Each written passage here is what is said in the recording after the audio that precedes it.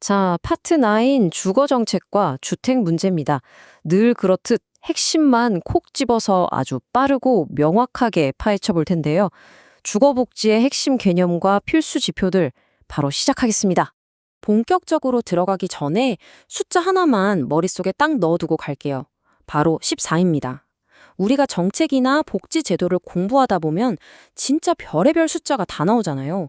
그런데 주거 문제, 특히 주거 복지를 논할 때 이 14라는 숫자는요, 절대 잊어선 안 되는 일종의 마지노선 같은 겁니다. 대체 이 14가 뭐길래 이렇게 뜸을 들이나 싶으시죠? 14제곱미터. 우리가 흔히 쓰는 평수로 환산하면 한 4.2평 정도 되는 아주 아담한 공간인데요. 여러분, 이 공간이 인간의 거주 환경에서 도대체 어떤 의미일까요? 단순히 방이 좀 작네 하는 정도의 물리적 크기일까요? 만약에 우리가 먹고 자고 씻는 이 일상적인 공간이 이 14제곱미터 아래로, 그러니까 4.2평보다 작아진다면 어떤 일이 벌어질지 한번 상상해 보세요. 이건 그냥 단순한 건축 면적 이야기가 아니거든요. 그 답은 바로 최저 주거 기준에 있습니다. 국토교통부에서 아예 공식적으로 딱 못을 박아둔 건데요.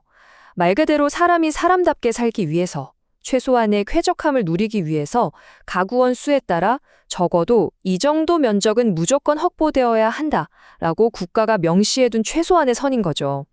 맞습니다. 우리가 처음에 봤던 그 숫자 14가 바로 1인 가구에게 요구되는 법적 전용 면적 기준선입니다. 혼자 살더라도 화장실이나 주방을 뺀 순수 거주 공간으로 최소 14제곱미터는 보장이 되어야 한다는 국가의 강력한 정책적 가이드라인인 셈이죠. 여러분이 이번 파트에서 딱 하나의 숫자만 기억해야 한다면 무조건 이겁니다. 1인 가구는 14제곱미터. 이건 그냥 머릿속에 도장 찍듯 쾅 찍어두셔야 해요. 그럼 만약 이 14제곱미터를 못 채우면 어떻게 될까요? 그냥 방이 좀 좁네, 답답하네 하고 끝나는 문제가 아닙니다. 이 최저 주거 기준에 미달한다는 건 곧바로 주거 빈곤 상태라는 공식적인 카테고리로 들어간다는 뜻이에요. 즉, 숫자 14를 못 채우는 환경에 살고 있다는 건 국가가 나서서 도와줘야 하는 빈곤 상태로 규정된다는 거죠. 숫자가 부족하면 곧바로 복지의 대상이 된다. 아주 명확하고 날카로운 공식입니다. 자, 그럼 이런 빈곤 상태를 그냥 두고 볼 수는 없잖아요.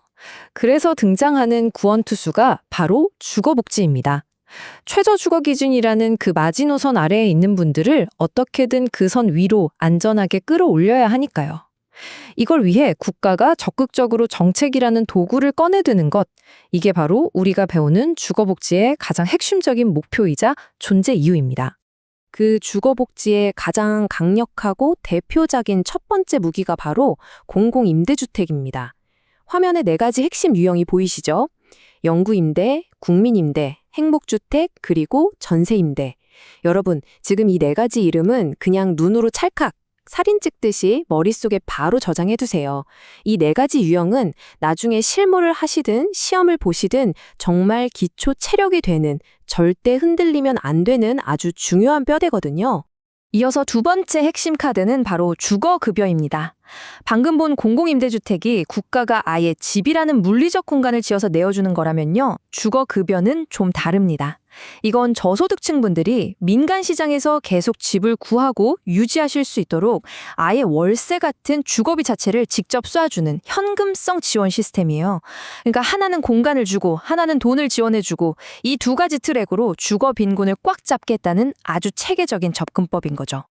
자, 그럼 결국 우리가 여기서 챙겨가야 할 알짜배기는 뭘까요? 이 모든 논리적 흐름을 딱 2가지 핵심 출제 포인트로 압축해 보겠습니다. 첫째, 최저 주거 기준 면적. 1인 가구는 무조건 몇이라고요? 네, 14제곱미터입니다. 둘째, 복지 정책 중 공공임대주택의 종류. 방금 본 4가지 유형을 확실하게 구분할 줄 알아야 합니다. 진짜 이 2가지만 완벽하게 내 것으로 만들어도 오늘 이 해설에서 얻어가실 건 다 얻어가신 겁니다. 마무리하면서 여러분께 아주 살짝 도전적인 질문 하나 던져볼게요. 방금 우리가 머릿속에 사진 찍듯 저장했던 그 4가지 공공임대주택 있죠? 영구, 국민, 행복, 전세임대. 지금 당장 이게 각각 누구를 위한 거고 어떤 차이가 있지? 라고 누군가 물어본다면 자신 있게 설명하실 수 있나요? 뭐건 좀 헷갈리는데 싶으시다면 네, 바로 지금이 기본 자료로 다시 돌아가서 그 차이점들을 완벽하게 씹어먹을 수 있는 아주 기가 막힌 타이밍입니다. 오늘 해설이 여러분의 머릿속을 뻥 뚫어주는 시원한 이정표가 되었길 바라고요. 이 기세 그대로 쭉 몰입해서 학습 이어가시길 뜨겁게 응원합니다.